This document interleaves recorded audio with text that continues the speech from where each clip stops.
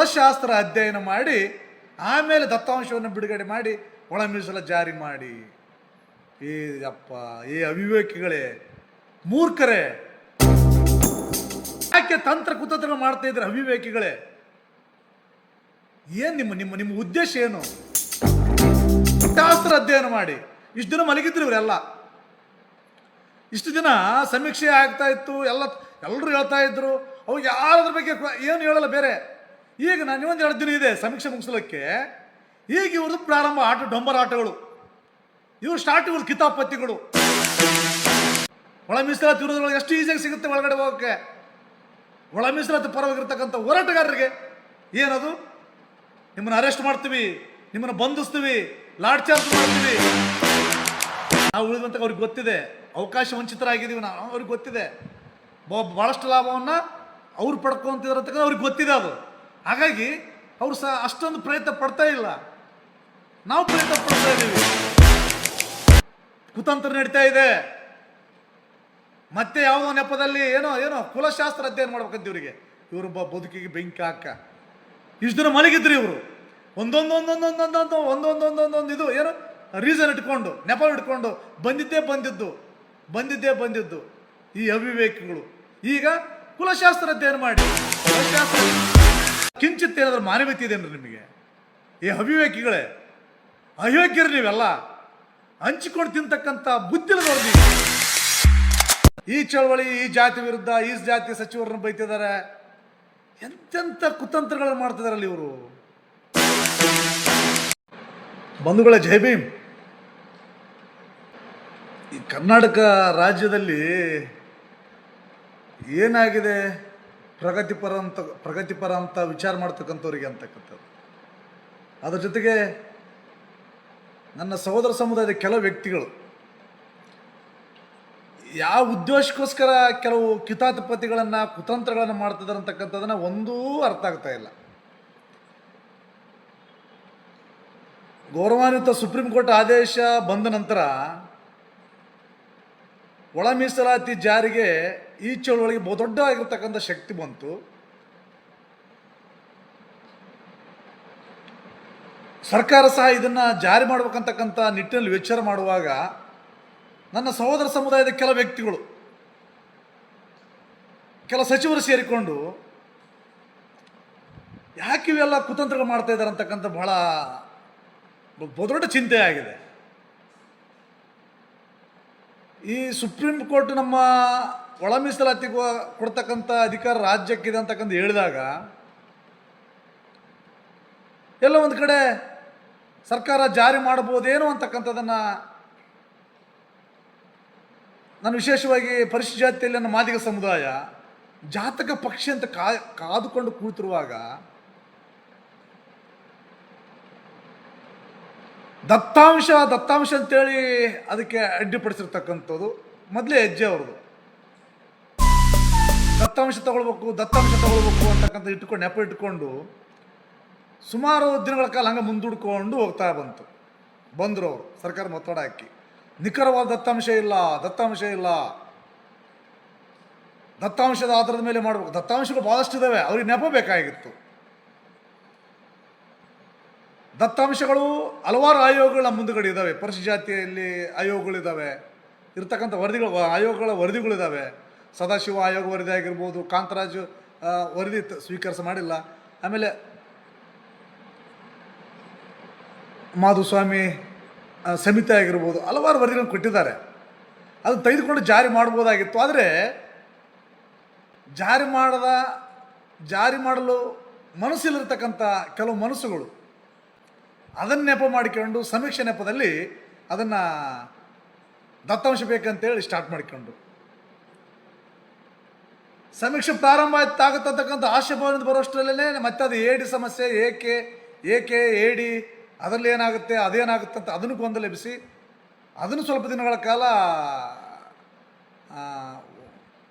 ಒಳ ಮೀಸಲಾತಿ ಜಾರಿ ಮಾಡೋದಕ್ಕೆ ಅಡ್ಡಿ ತರ್ತಕ್ಕಂಥದ್ದು ಮಾಡಿದರು.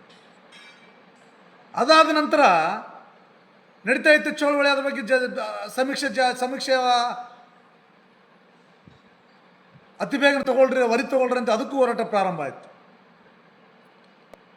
ಸಮೀಕ್ಷೆ ಮಾಡ್ತಕ್ಕಂಥ ವಿಳಂಬ ಆಗ್ತಾ ಇದೆ. ಆದಷ್ಟು ಬೇಗ ವರದಿ ತಗೊಂಡು ಜಾರಿ ಮಾಡತಕ್ಕಂಥ ನನ್ನ ಸಮುದಾಯದ ಹೋರಾಟಗಳು ಧ್ವನಿಗಳು ಹೆಚ್ಚಾದಂಗೆಲ್ಲ ಆ ಚಳವಳಿಗೆ ಒಂದು ಜಾತಿ ಬಣ್ಣ ಕಟ್ಟಿಬಿಟ್ರು. ಈ ಚಳವಳಿ ಈ ಜಾತಿ ವಿರುದ್ಧ ಈ ಜಾತಿ ಸಚಿವರನ್ನು ಬೈತಿದ್ದಾರೆ. ಎಂತೆಂಥ ಕುತಂತ್ರಗಳನ್ನು ಮಾಡ್ತಿದಾರಲ್ಲ ಇವರು. ಏನು ತಮ್ಮ ಮನೆ ಆಸ್ತಿನ ಕೊಡ್ತಿದಾರ ಅಂತಕ್ಕಂಥ ಭಾವನೆಯಿಂದ ಆ ರೀತಿ ಮಾಡ್ತಿದ್ದಾರ. ಯಾಕೆ ತಮ್ಮ ಸ್ವಲ್ಪ ರಾಜಕೀಯ ಅಧಿಕಾರ ಜಾಸ್ತಿ ಇದೆ ಅಂತಕ್ಕಂಥದ್ದನ್ನು.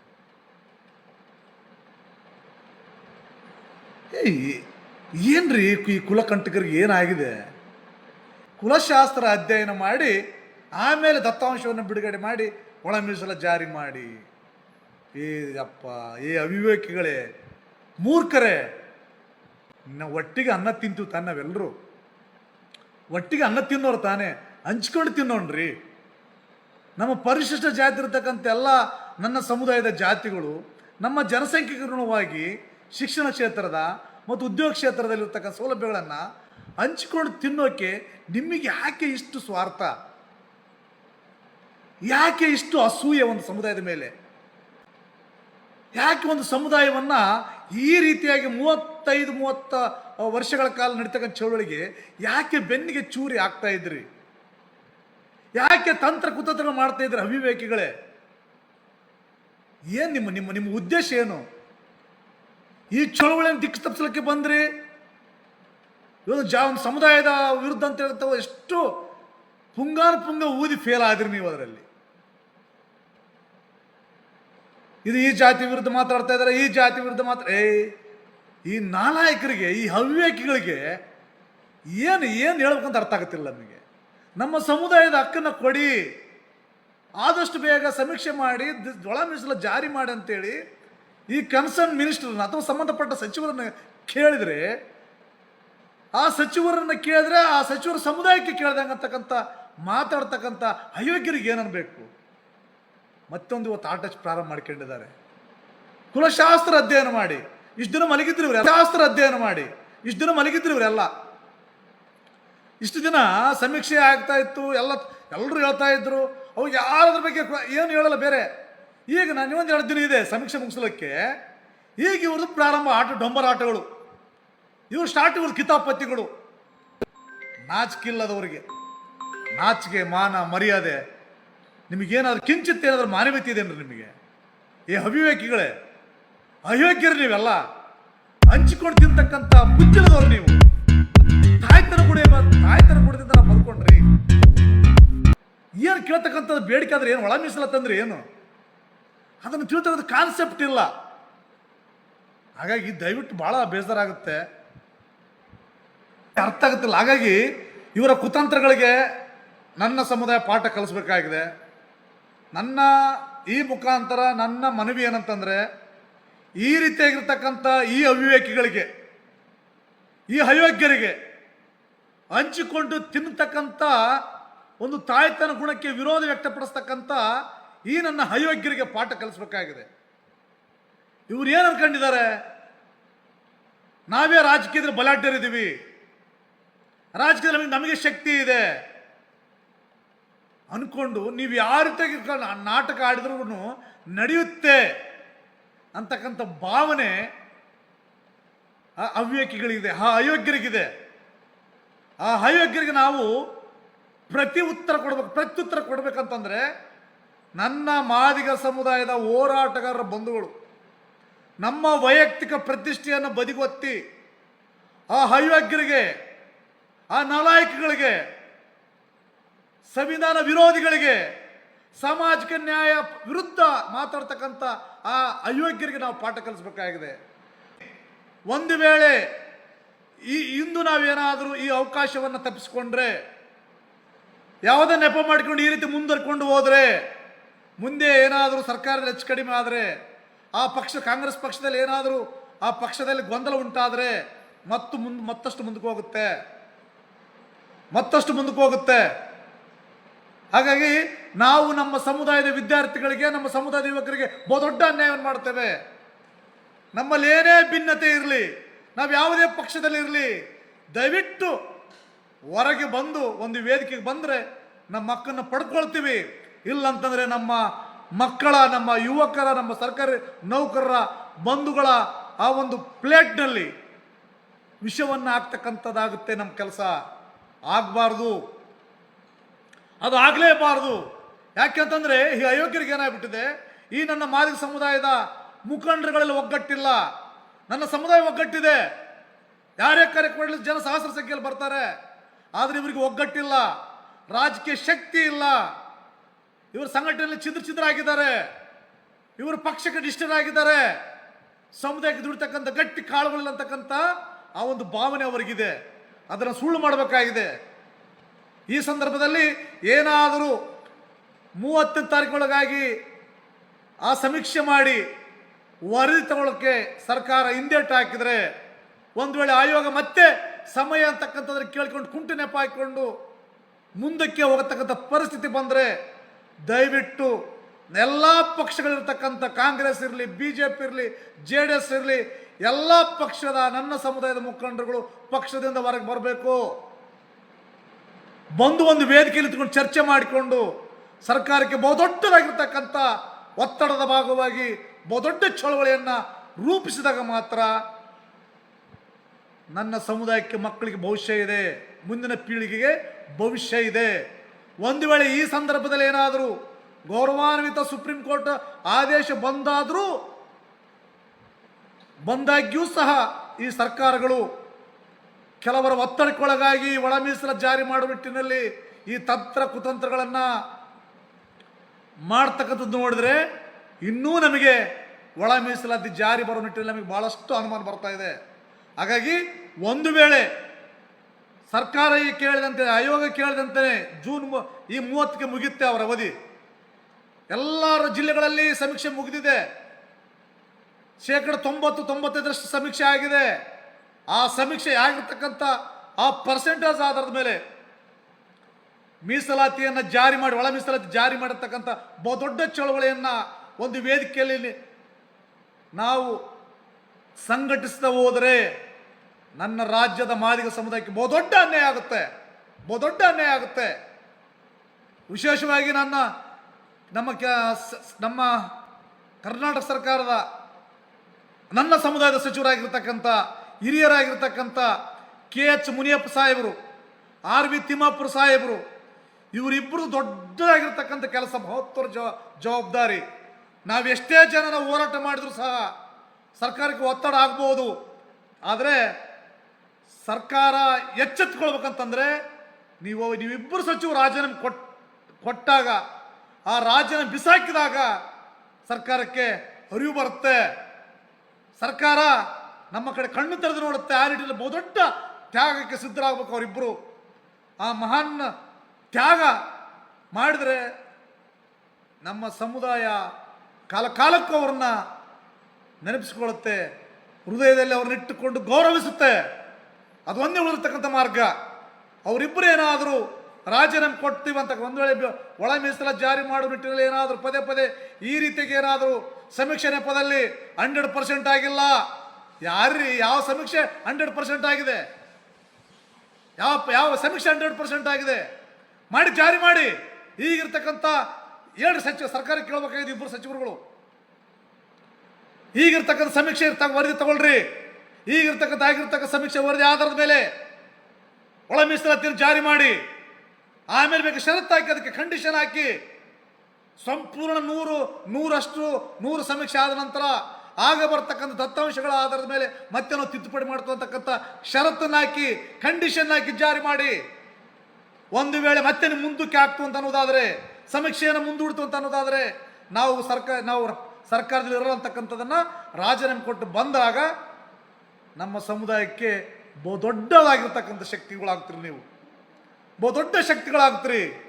ಇಲ್ಲಂತಂದರೆ ನನ್ನ ಸಮುದಾಯ, ನನ್ನ ಮಾದಿಗ ಸಮುದಾಯದ ಮಕ್ಕಳಿಗೆ, ವಿದ್ಯಾರ್ಥಿಗಳಿಗೆ, ಯುವಕರಿಗೆ ಬಹುದೊಡ್ಡ ಅನ್ಯಾಯವನ್ನು ನೀವೇ ಮಾಡ್ತೀರಿ. ನೋಡ್ರಿ, ನಾವು ಇಷ್ಟು ಹೋರಾಟ ಮಾಡ್ತಿದ್ವಲ್ಲ,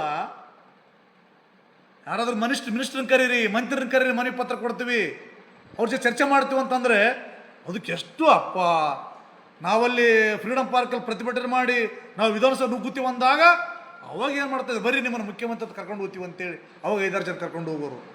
ಅಷ್ಟು ನಾವು ಏನು ಪಾದಯಾತ್ರೆ ಮಾಡಿ, ಧರಣಿ ಮಾಡಿ, ಸುಡು ಬಿಸಿಲಲ್ಲಿ ಕ್ರಾಂತಿಕ ರಥಯಾತ್ರೆ ಎಲ್ಲ ಮಾಡಿ ಆದಮೇಲೆ ಮುಖ್ಯಮಂತ್ರಿ ಜೊತೆಗೆ ಅವಕಾಶ ಕೊಡಿ ಅಂತ ಕೇಳಿದ್ರೆ ಅದು ಯಾವಾಗ ರಾತ್ರಿ ದೊಡ್ಡ ಹೋರಾಟ ಮಾಡ್ತು ಅಂತ ಅಂದಾಗ ಮಾತ್ರ ಇದು ಮಾಡೋರು. ಆದರೆ ಇವತ್ತು ಕುಲಶಾಸ್ತ್ರ ಅಧ್ಯಯನ ಮಾಡಂತೇಳಿ ಮನೆ ಕೊಡಕ್ಕೆ ಹೋಗಿದ್ದಾರಲ್ಲ ಮುಖ್ಯಮಂತ್ರಿಗಳಿಗೆ, ನೋಡಿ ಎಷ್ಟು ಈಸಿ ಅವ್ರಿಗೆ ಸಿಗ್ತದೆ ಅವಕಾಶ. ಅವ್ರ ಜೊತೆಗಿರ್ತಕ್ಕಂಥ ಮನೆ ಸಚಿವರು ಸರ್ ಇದ್ದಾರೆ ಜೊತೆಗೆ, ನೋಡಿ ಎಷ್ಟು ಬೇಗವಾಗಿ ಅವ್ರು ಅವಕಾಶ ಮಾಡಿಕೊಡ್ತಾರೆ. ಒಳ ಮೀಸಲಾತಿ ವಿರೋಧಗಳಿಗೆ ಎಷ್ಟು ಈಸಿಯಾಗಿ ಸಿಗುತ್ತೆ ಒಳಗಡೆ ಹೋಗೋಕ್ಕೆ. ಒಳ ಮೀಸಲಾತಿ ಪರವಾಗಿರ್ತಕ್ಕಂಥ ಹೋರಾಟಗಾರರಿಗೆ ಏನದು, ನಿಮ್ಮನ್ನು ಅರೆಸ್ಟ್ ಮಾಡ್ತೀವಿ, ನಿಮ್ಮನ್ನು ಬಂಧಿಸ್ತೀವಿ, ಲಾಠಿ ಚಾರ್ಜ್ ಮಾಡ್ತೀವಿ, ಆ ರೀತಿಯಾಗಿರ್ತಕ್ಕಂಥ ಬೆದರಿಕೆಗಳು. ನಾವು ವಿಧಾನಸೌಧಕ್ಕೆ ಹೋಗ್ತೀವಿ ಅಂದಾಗ ಅವಾಗ ಕರ್ಕೊಂಡು ಹೋಗೋರು ನಮ್ಮನ್ನು, ಆ ರೀತಿ ವ್ಯವಸ್ಥೆ ಇದೆ. ಆದರೆ ಈಗಿನ ಒಳ ಮೀಸಲಾತಿ ವಿರೋಧಿಗಳಿಗೆ ಏನಂತಾರೆ, ಅಷ್ಟು ಅವರಿಗೆ ಸ್ವಾಗತ ಮಾಡಿಕೊಂಡು ಮುಖ್ಯಮಂತ್ರಿ ಜೊತೆ ಚರ್ಚೆ ಮಾಡಿ ಮನೆಪತ್ರ ಕೊಡಲಿಕ್ಕೆ ಅವಕಾಶ ಕೊಡ್ತಾರೆ. ಇದರಿಂದ ಗೊತ್ತಾಗುತ್ತೆ ಎಲ್ಲೋ ಒಂದು ಬಹುದೊಡ್ಡ ಕುತಂತ್ರ ನಡೀತಾ ಇದೆ. ಮತ್ತೆ ಯಾವುದೋ ನೆಪದಲ್ಲಿ ಏನೋ ಕುಲಶಾಸ್ತ್ರ ಅಧ್ಯಯನ ಮಾಡ್ಬೇಕಂತ ಇವರು ಬದುಕಿಗೆ ಬೆಂಕಿ ಹಾಕ ಇಷ್ಟು ದಿನ ಮಲಗಿದ್ರು ಇವರು. ಒಂದೊಂದೊಂದೊಂದೊಂದೊಂದೊಂದೊಂದೊಂದೊಂದು ಇದು ಏನು ರೀಸನ್ ಇಟ್ಕೊಂಡು, ನೆಪ ಇಟ್ಕೊಂಡು ಬಂದಿದ್ದೇ ಬಂದಿದ್ದು ಈ ಅವಿವೇಕಿಗಳು. ಈಗ ಕುಲಶಾಸ್ತ್ರ ಅಧ್ಯಯನ ಮಾಡಿ, ಕುಲಶಾಸ್ತ್ರ ಅಧ್ಯಯನ ಅದಕ್ಕೆ ಮಾಡ್ತಿರ್ತಕ್ಕಂಥ ಅರಿವೇನೇ ಇಲ್ಲ ಇವರಿಗೆ, ಪ್ರಜ್ಞೆನೇ ಇಲ್ಲ. ಯಾವುದೋ ಒಂದು ಹೊಸ ಜಾತಿಯನ್ನು ಪರಿಶಿಷ್ಟ ಜಾತಿಯಲ್ಲಿ ಅಥವಾ ಯಾವುದೋ ಒಂದು ಸೇರಿಸ್ಬೇಕಂತಂದರೆ ಅದಕ್ಕೆ ನನಗೆ ಬಂದಿದ್ದ ಮಾಹಿತಿ ಪ್ರಕಾರ ಅದಕ್ಕೆ ಕುಲಶಾಸ್ತ್ರ ಅಧ್ಯಯನ ಬೇಕು. ಒಳ ಮೀಸಲಾತಿ ಜಾರಿ ಮಾಡೋದಕ್ಕೋಸ್ಕರ ಕುಲಶಾಸ್ತ್ರ ಅಧ್ಯಯನ ಮಾಡಿ ಆಮೇಲೆ ದತ್ತಾಂಶ ಬಿಡುಗಡೆ ಮಾಡಿ ಆಮೇಲೆ ಒಳ ಮೀಸಲಾತಿ ಜಾರಿ ಮಾಡ್ಬೇಕಂತ ಅಯೋಗ್ಯರಿಗೆ ಇವರಿಗೆ ಎಂಥ ಕರ್ಮ ನಿಂಬುದು ಇದು. ಬನ್ನಿರಿ ನೇರವಾಗಿ ಹೇಳಿ ನೀವು ಒಳ ಮೀಸಲಾತಿ ವಿರೋಧಿಗಳಂತೇಳಿ. ಆಮೇಲೆ ನೆಪ ಇಟ್ಕೊಂಡು ಆಮೇಲೆ ಜಾರಿ ಮಾಡಿ ಫಸ್ಟ್ ದತ್ತಾಂಶ ಅಂತ ಬಂದ್ರಿ, ದತ್ತಾಂಶ ನೆಪ ಹಾಕಿದ್ರಿ, ಆಮೇಲೆ AD ಅಂತ ನೆಪ ಹಾಕಿದ್ರಿ, ಆಮೇಲೆ ಚಳವಳಿ ದಿಕ್ಕು ತಪ್ಪಿಸೋದಕ್ಕೋಸ್ಕರ ಈ ಸಮುದಾಯಕ್ಕೆ ಚಳವಳಿ ಮಾಡ್ತಾ ಇರತಕ್ಕಂಥದ್ದು ಹೇಳಿದ್ರಿ. ಏನಿದೆ ಆಟ ನಿಮ್ಮದು, ದೊಂಬರಾಟ? ಅಂದರೆ ನಿಮ್ಮ ಉದ್ದೇಶ ಏನು ಅಂದರೆ ಈ ಒಳ ಮೀಸಲಾತಿಯ ಕೆಲವು ಸಚಿವರುಗಳು ನಿಮ್ಮಿಂದ ಮಾತಾಡಿಸ್ತಾ ಇದ್ದಾರೆ. ಇದನ್ನು ನಮಗೆ ಅರಿವು ಇದೆ. ಹಾಗಾಗಿ ನನ್ನ ಸಮುದಾಯದ ಸಚಿವರುಗಳಲ್ಲಿ ಕೈ ಮುದ್ದು ಕೇಳ್ಕೊಳ್ತಾ ಇದ್ದೀನಿ. ಪಾಪ ಎಲ್ಲರೂ ನೀವು ಕಷ್ಟಪಡ್ತಾ ಇದ್ರಿ. H. ಆಂಜನೇಯ ಸಾಹೇಬರು, ಆಮೇಲೆ ನಮ್ಮ KH. ಮುನಿಯಪ್ಪ ಸಾಹೇಬರು ಬೆಂಗಳೂರಿನಲ್ಲಿ, ಆಮೇಲೆ ನಮ್ಮ RB. ತಿಮ್ಮಾಪುರ ಸಾಹೇಬರು, ಎಲ್ಲರೂ ನೀವು ಕಷ್ಟಪಡ್ತೀವಿ. ಹೋರಾಟಗಾರರು ಒಂದು ಕಡೆ, ಹೋರಾಟದ ಶ್ರಮ ಒಂದು ಕಡೆಗಿದೆ. ಅದರ ಲೋಪಗಳು, ತಪ್ಪುಗಳು, ಕೆಲವು ಭಾಷೆಗಳು ಅದೇ ಪಕ್ಕಕ್ಕೆ ಕೇಳೋಣ, ಸಂಬಂಧ ಇಲ್ಲ. ಓಕೆ, ಬಟ್ ಸಮುದಾಯಕ್ಕೋಸ್ಕರ ನಿಮ್ಮದಾಗಿರ್ತಕ್ಕ ಸೇವೆಯಲ್ಲಿ ಹೋಗ್ತಾ ಇದ್ರಿ. ಬಟ್ ನಾನು ಕೇಳಿಕೊಳ್ಳೋದು ಈ ರೀತಿಯ ಕುತಂತ್ರಗಳು ನಡೀತಾ ಇದ್ದಾವೆ. ಇದಕ್ಕೇನಾದರೂ ನಾವು ಗಟ್ಟಿ ನಿರ್ಧಾರ ತೆಗೆದುಕೊಂಡು ಘೋಷಣೆ ಮಾಡದೆ ಹೋದರೆ ಬಹು ದೊಡ್ಡದಾಗಿರ್ತಕ್ಕಂಥ ಪೆಟ್ಟು ನಮ್ಮ ಸಮುದಾಯಕ್ಕೆ ಆಗುತ್ತೆ. ಹಾಗಾಗಿ ಅದು ಆಗೋದು ಬೇಡ. ನಾನು ದಯವಿಟ್ಟು ನನ್ನೆಲ್ಲ ಸಂಘಟನೆ ಮುಖಂಡರುಗಳಲ್ಲಿ, ದಯವಿಟ್ಟು ನನ್ನ ಸಮುದಾಯದ ಎಲ್ಲ ವಕೀಲರಲ್ಲಿ, ನೌಕರರ ಬಂಧುಗಳಲ್ಲಿ, ರಾಜಕೀಯ ಪಕ್ಷದ ಮುಖಂಡರುಗಳಲ್ಲಿ ಮನವಿ ಮಾಡಿಕೊಳ್ತಾ ಇದ್ದೀನಿ. ಇದು ಬಹುದೊಡ್ಡ ಒಳ ಮೀಸಲಾತಿ ಜಾರಿ ಮಾಡೋ ನಿಟ್ಟಿನಲ್ಲಿ ಬಹುದೊಡ್ಡ ಕುತಂತ್ರ ನಡೀತಾ ಇದೆ, ಬಹುದೊಡ್ಡ ಪಿತೃ ನಡೀತಾ ಇದೆ. ಮತ್ತೆ ಸಮೀಕ್ಷೆಯನ್ನು ಮುಂದಾಗ್ತಕ್ಕಂಥ ಬಹುದೊಡ್ಡದಾಗಿರ್ತಕ್ಕಂಥ ಪ್ರಯತ್ನ ನಡೀತಾ ಇದೆ. ಅದಕ್ಕೆ ಪ್ರತಿರೋಧವಾಗಿ ನನ್ನ ಸಮುದಾಯದ ಎಲ್ಲರೂ ಒಂದು ವೇದಿಕೆಗೆ ಬರಬೇಕಾಗಿದೆ. ಸಚಿವರುಗಳು ದಯವಿಟ್ಟು ಇದಕ್ಕೆ ಜವಾಬ್ದಾರಿ ತಗೊಳ್ಬೇಕಾಗಿದೆ.